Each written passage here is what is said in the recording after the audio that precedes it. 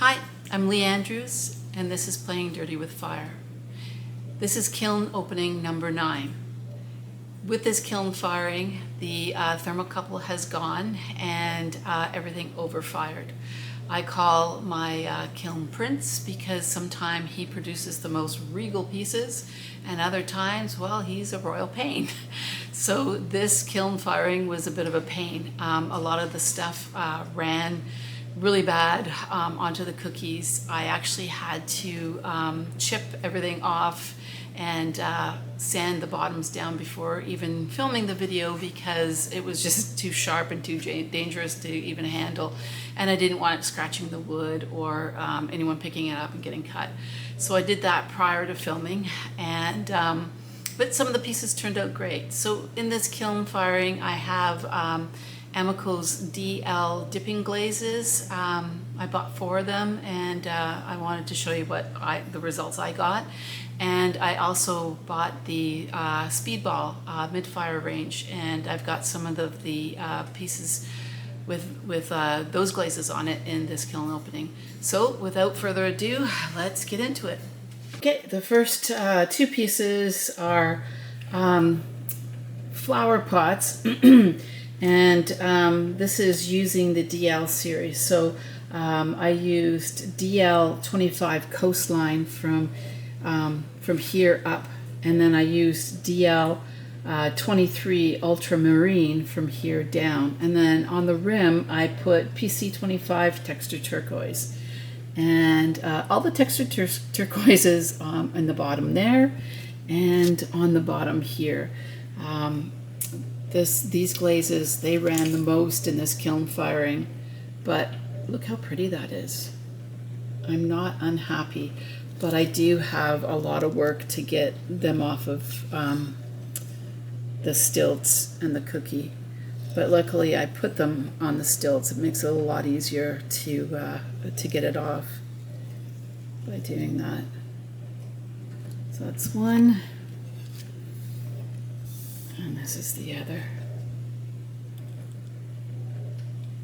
So it is pretty, especially if you like blues and greens, which I do. I don't think this is what the colors are going to look like when it doesn't overfire, so I will, of course, try it again, but I'm not unhappy.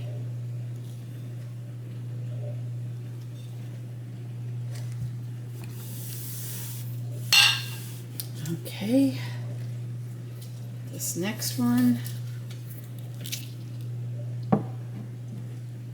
is DL 11 enamel white from here down. Now it's dipped in after I did the other one. So I did matte black on the bottom.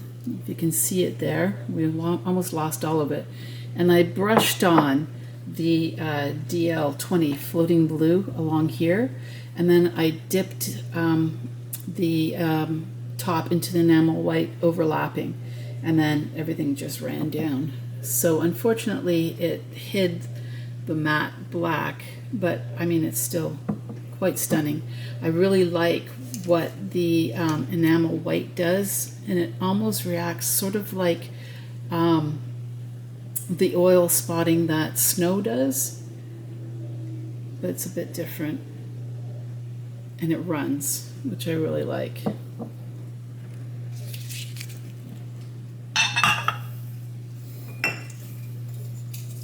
The next piece, this is DL 20 floating blue and DL 11 enamel white.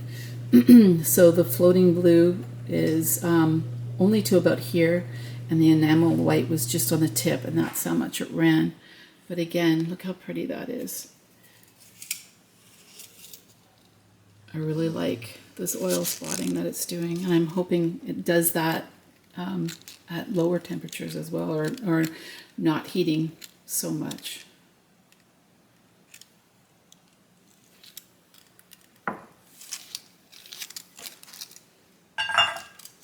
Okay, this next one I found, so I'm not a dipper, and I'm trying to dip. This is my New Year's resolution, is to learn to dip and use dipping glazes, because it is a lot quicker.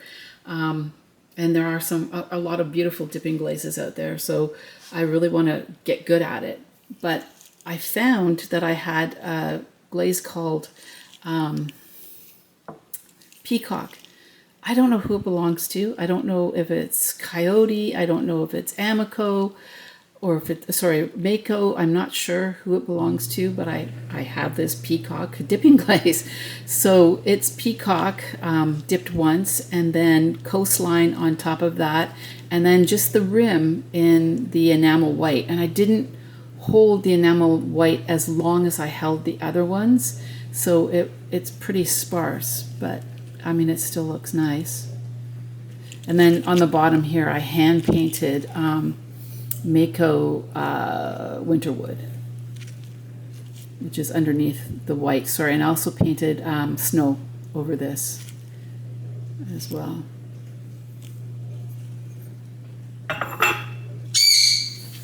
Okay, this next one, now this is where the grinding really took place. It was such a mess. It was so much, and it's my fault. It really is. I probably put too much glaze on it, and then of course with it overfiring, it didn't help. So it's my drinking glass, which is great. I need some for night. I get up in the middle of the night because I'm old, and I do that, and I can have a drink of water. When you use a clear glass and you wear glasses, you don't always see the glass in the dark, so I should be able to see this one just fine. So this is ultramarine, which is DL 23 from here to here, and then DL 20 floating blue from here to here, with very minimal overlap, and it just ran. And again, I probably put too much on, but look how pretty that is. It's really nice. And then this one here is the opposite from the last one, and it ran, but it didn't run quite as much as the other one did. So this guy here is DL 20 floating blue from here to here, and DL 23 ultramarine from here to here with an overlap. And again, look at the molting on it. It's really pretty. So another glass for me. Yay me. We don't always do pottery for ourselves. Okay, so these three are coastline and enamel white on top, and I did enamel white and then I dipped it in the tip. Look how pretty that is. And this is snow down to the bottom.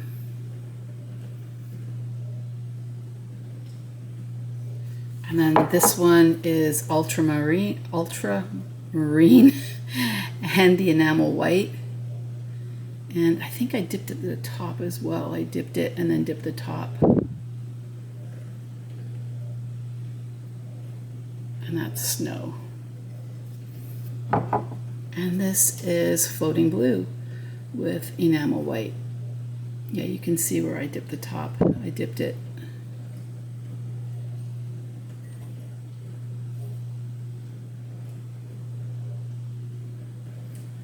And that's snow, and this one has Winterwood from Mako on the bottom. Love this right here. Absolutely love that. Okay, this is the last one of the DL combinations, and it is ultramarine from here to here, which is DL 23, and then enamel white overlapping and on the top, DL 11. And she ran and ran and ran, again, all over the place. I have to finish grinding her. I just got tired of grinding, to be honest. But I will finish that one up because I think I'll be able to salvage it. And it's really pretty.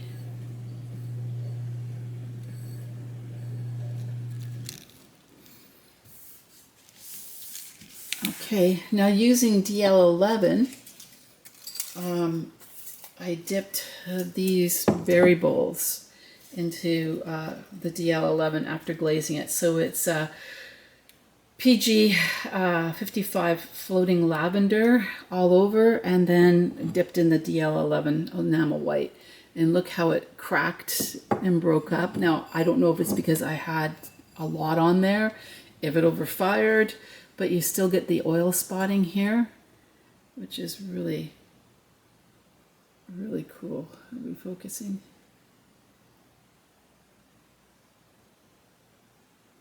So that's pretty cool. I like the effect. And then I did the same thing with the PG 24 Night Rain as well. And again, you got that oil spotting. But the cracking, I'm not sure. I think it's because I put too much on, to be honest.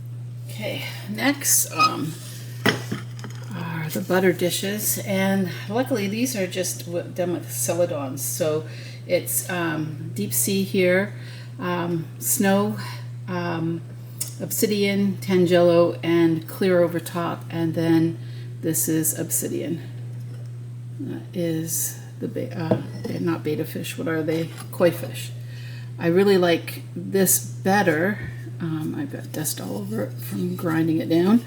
I like this better with, I think I forgot to put the snow on. I think I just used the clear on top, and I think that looks a lot better than with the snow.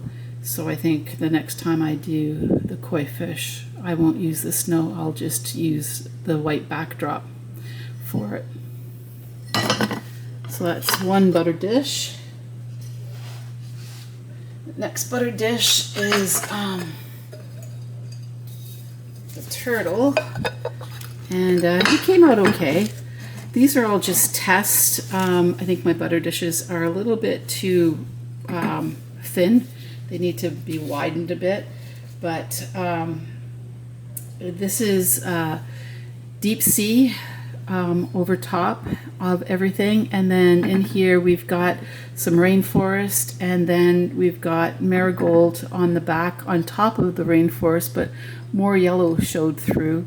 And then here it's got deep sea on it, and then over top of the deep sea is Atlantis Aqua by Laguna, and I think that looks really nice. Let me bring that in close so you can see. But on the edge here is Floating Blue by, I can't remember the name of the company, Mid-South Ceramics. They have a line. They do dipping glazes, but I bought this brush-on glaze, which is formulated from their dipping glaze, and I really like it. I did not have to grind this off, even though it also overheated. It stayed where it was put, and I like the variation of the browns and blues floating. Let me show you on the inside. I think that looks really nice for a floating glaze. So I'm impressed with them, and I might buy some of their, I bought some of their brushing glazes. I might buy some of their dipping glazes and test them out as well. And then on the top is just rainforest, deep sea, and marigold.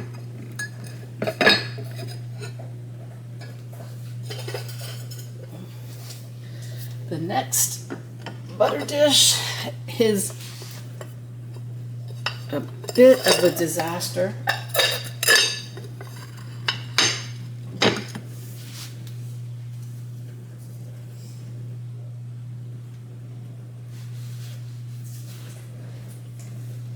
It is just C27 Storm.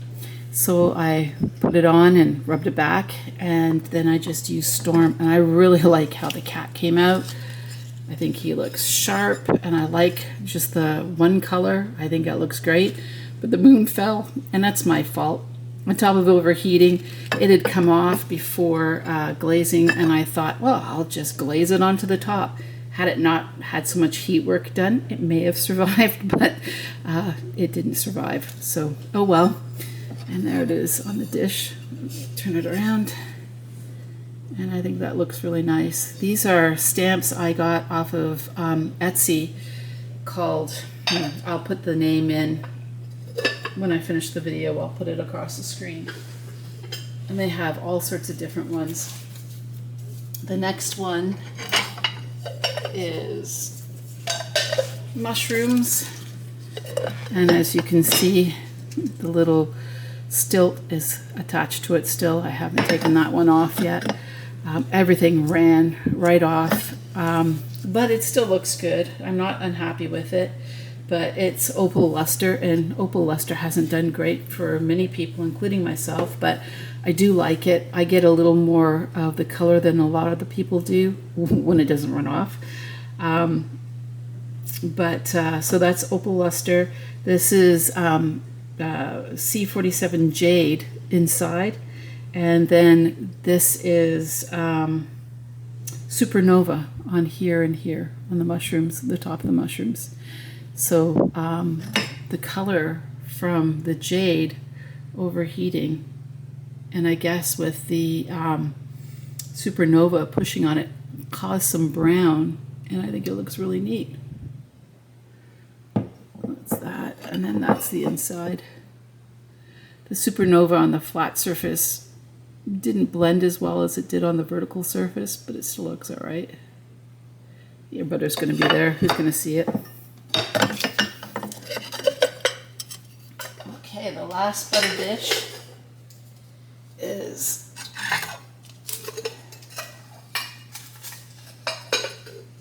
Queen Bee. Really like the bee. It's just obsidian pushed in here, white back, clear on top, which I use C11, the Amaco clear on top, and then this is just a little marigold, and that's it. This is obsidian on there, and I think it looks really classic and would look nice in any kitchen, really, because of the neutral colors. So very happy with the bee. Now these are a couple of experiments that I was doing. Everyone's on the craze with the frozen pond, and you know, I can't follow rules. Who's just going to do dots, right? You got to push the limits and do something else. So this here is my version of frozen pond. So what I did, I'm going to put this piece down. So what I did is I laid down marigold first, was the first color, and then I put on the running hot chowder, and I used a squeezy bottle, and I squeezed it on, and then I took the hairdryer and I blew it. So that just blew everything out. I think it looks really cool. Over top of that, I used Sunrise, 1446 Sunrise. So I like the purples it's creating, and I think it's really neat. Unfortunately, it broke. What happened is this profile was actually higher, and with all the heat work, it melted. So I had put on the wax and aluminum hydrate on the bottom, but I just put it here, and then when it flattened, it caught onto the kiln and got stuck on something that was on the kiln, and so it just didn't make it, which is unfortunate, but it's going to go to my $400 garden. This is this piece here is a brush wash plate, which is really nice, except it also, in the heat work, flopped, went down this way. It should have been up, and along with the flopping, it cracked here and here, and actually has a crawl spot there. But that's just from washing our brushes. You can see Jonathan helped a lot because there's a lot of blues here, and he loves blues, and the blues seem to have eaten all of the other colors. But I really think it's cool. So I'm going to save some of this for doing some mosaics along with some of the other failed pieces that I have. But the rest of them I'm going to crush up and put into my garden. Here's my $400 pepper. It's my first pepper out of my garden that I got. But Tiffany from Hobble Creek, she did a video on how she crashes up all of her broken pieces of pottery, and she puts it in the bottom of her pots for her plants. So I'm going to put it in the bottom of my raised flower beds, and use it in that way. Nothing goes to waste, and everything has a purpose.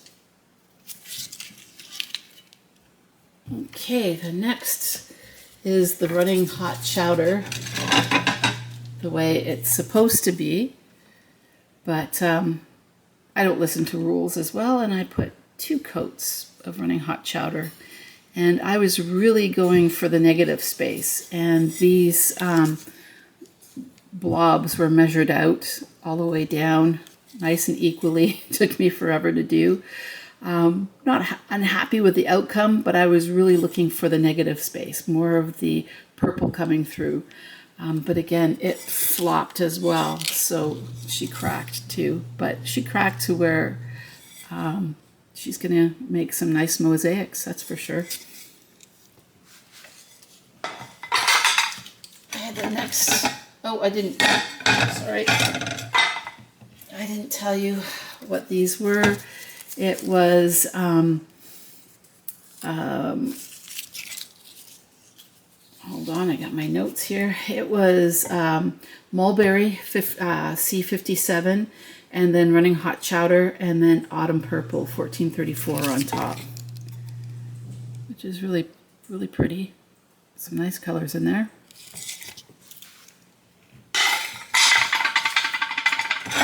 Okay, the next one also cracked here and here, which is too bad. So all I did was a little circle here, and it really spread, and then I did a line going around each petal, and it left me more of the negative space that I was looking for, but not as much as I was expecting. You can really see the 1 coat compared to the 2 coats here. So with this one, I used marigold. Did I use marigold on this one? I think I used Tangelo on the last one, sorry. So marigold, C60, and then running hot chowder, and then 1443 fuzzy peach on top. So I do like the colors I got. I really like what's happening around here. I like how this yellow peeked through. Everything's fallen off and left the yellow showing. And I think it's really neat what happened with just the little tiny dots in the middle. Sort of what I was looking for. But we'll work on that. Okay, the last one is the only one I don't really like. The only plate that didn't crack. Isn't that the way it goes? So yeah, that'll look nice in my cupboard to be used for dinner. And it is C54 Snapdragon with running hot chowder, and then 1435 sangria on top. Again, I was going for the negative space, and I think I did too much negative space. And maybe another coat of the sangria. So if I had done 2 coats or 3 coats, I don't know if I only did 1 coat. I may have only done 1 coat, and that could be the problem.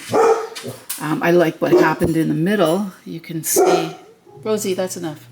You can see more of the running hot chowder reacting with the sangria, and I really like that. And I like the sangria here, but I'm not really crazy about what was left behind with the running hot chowder. And I used dots, and had those been maybe 2 coats instead of just the 1 dot, they may have been better as well. But it almost seems like it just burnt right off down to the bottom. And it took a lot of the color away, or that's the color it was left behind, I'm not sure, but I like what's going on in here. So, okay, so these are the Speedball midfire glazes, and the first one here is ethereal blue and smoke. So the smoke, you can see right here, it's a matte, and the blue has come right down and covered the smoke and created it to be glossy.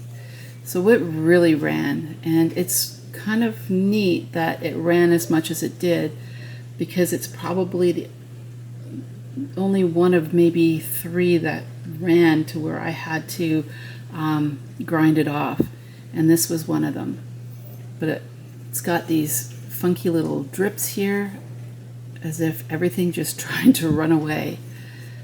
But it's still, I was able to save it, and it's not a bad little bud vase, so I'm okay with it.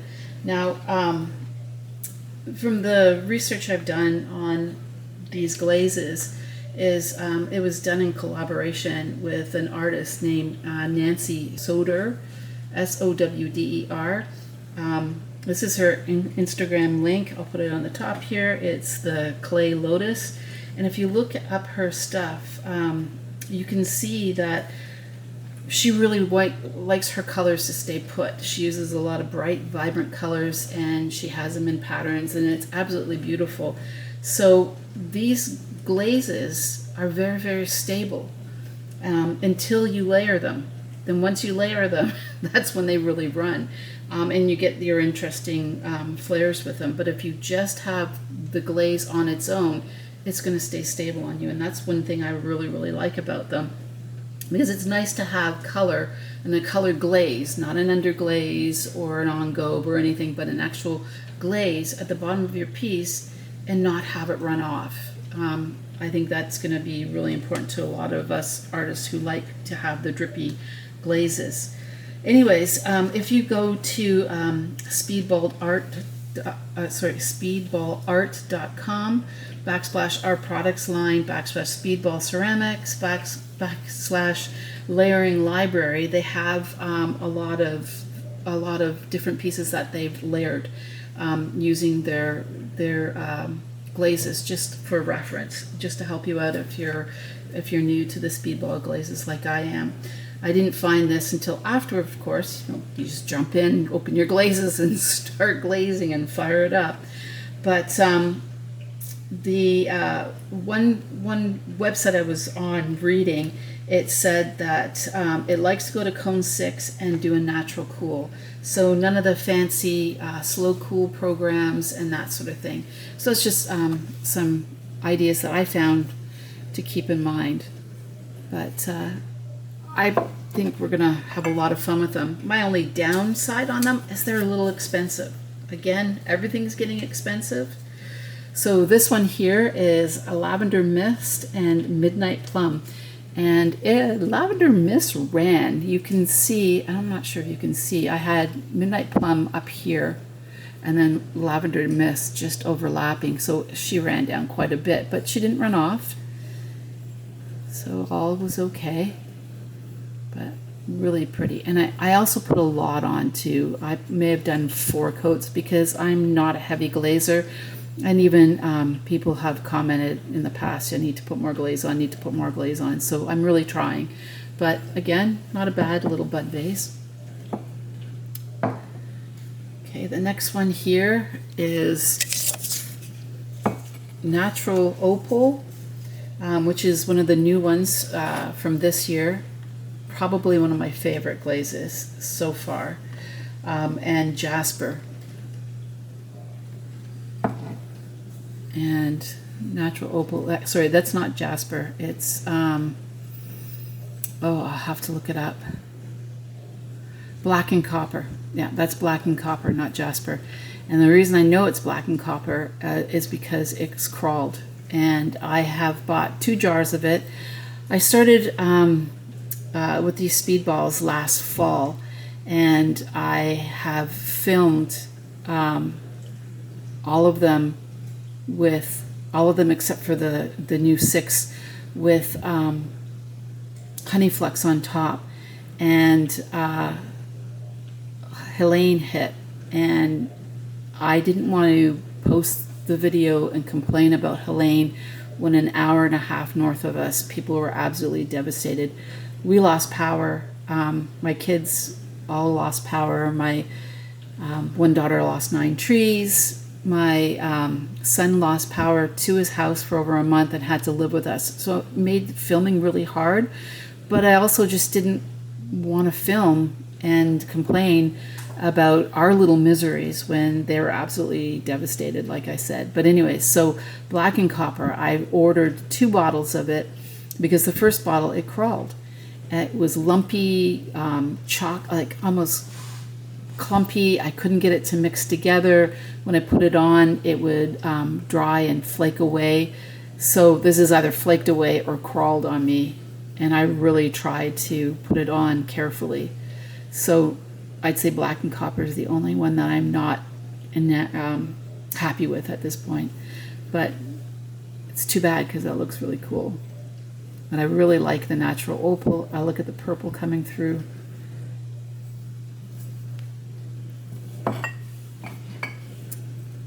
Okay, one of the other ones that ran.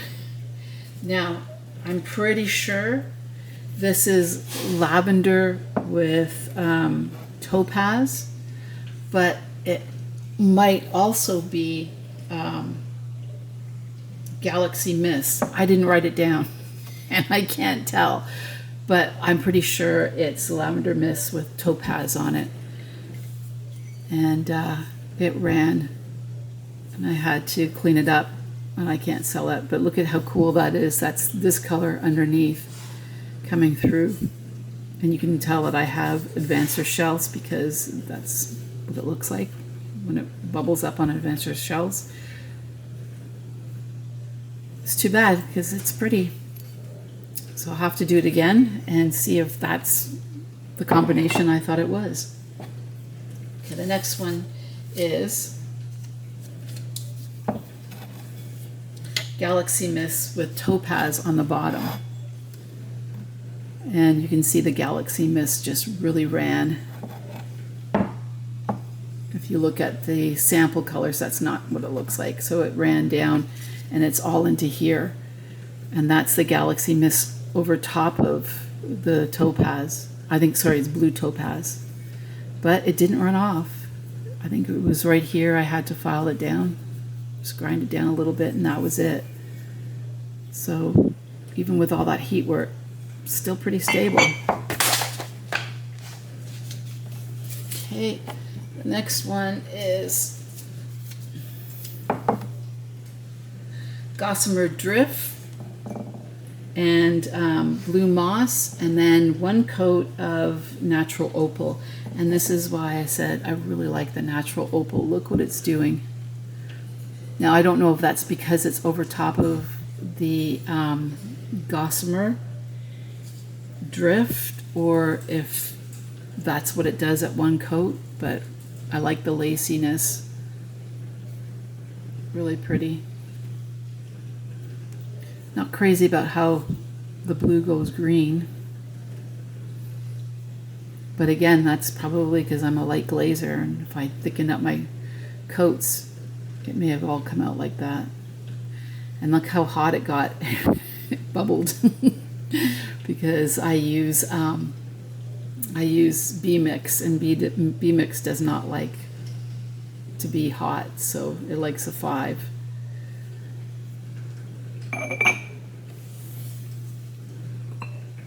Okay, the last of the blue colors is Dragonstone on the top and Midnight Plum on the bottom. But look at Midnight Plum. Again, I'm light, but still, it didn't move. I had to sand it down just a little bit, but it wasn't bad at all. So the Midnight Plum I put to here, but I overlapped the Dragonstone, and it looks like anything that was overlapped on the Midnight Plum ran right down when it got overheated. So I'd like to do this one again and see what it looks like. But it's not bad. She looks okay.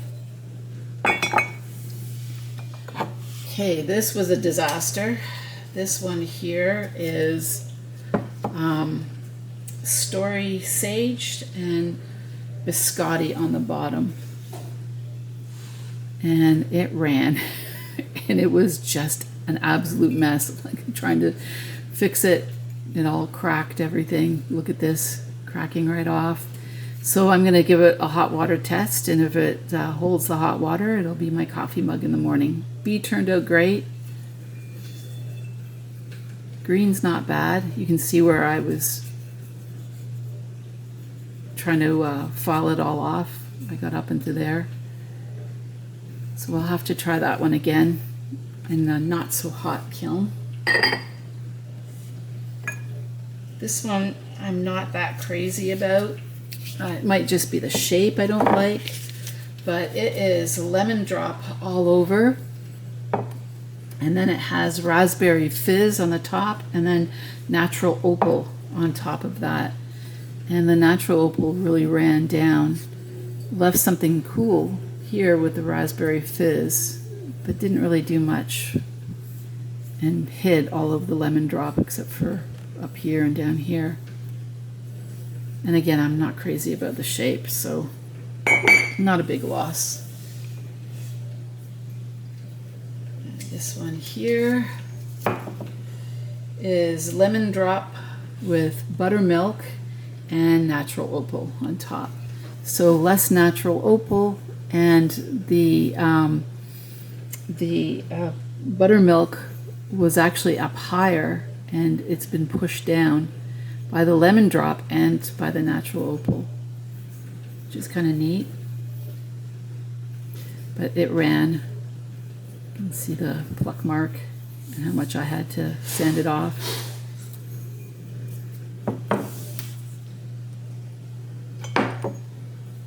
Okay, into the pinks. This one is really interesting. This is raspberry fizz on top of blushing white. Look how dark the blushing white got. And I don't know if that was facing towards the elements or if that was facing towards the elements, but one was doing one was doing the other. I really like how dark that got. But look at the raspberry fizz over top of the blushing white. It really fizzed. Now, is that because it got so hot? I'm not sure. But I really like the color. And it created this really interesting white line all the way around where it met.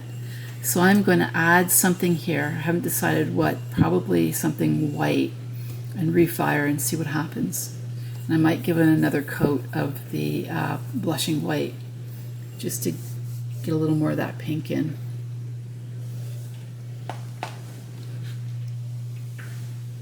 Okay, this is biscotti on the bottom up to about here with orange creamsicle on top. The orange creamsicle overtook the biscotti, but I'm not unhappy with it. It is a really pretty color. I just wish a little more of the yellow was showing at the bottom, but I'm going to try this one again without the overheating, obviously. This one here is champagne quartz with living coral on top, and the living coral really ran and even bubbled, and I had to sand it off. But look at that, isn't that pretty? Such a nice pink. And again, because it's so hot, the clay didn't like it and it was bubbling out there and there, but really pretty. So I'd like to see how that works when it's not so hot as well. Okay, the last two I'm going to show you together because they are my favorite. I'm going to zoom out so you can see it a little bit better. Look at this camera skills, I'm telling you.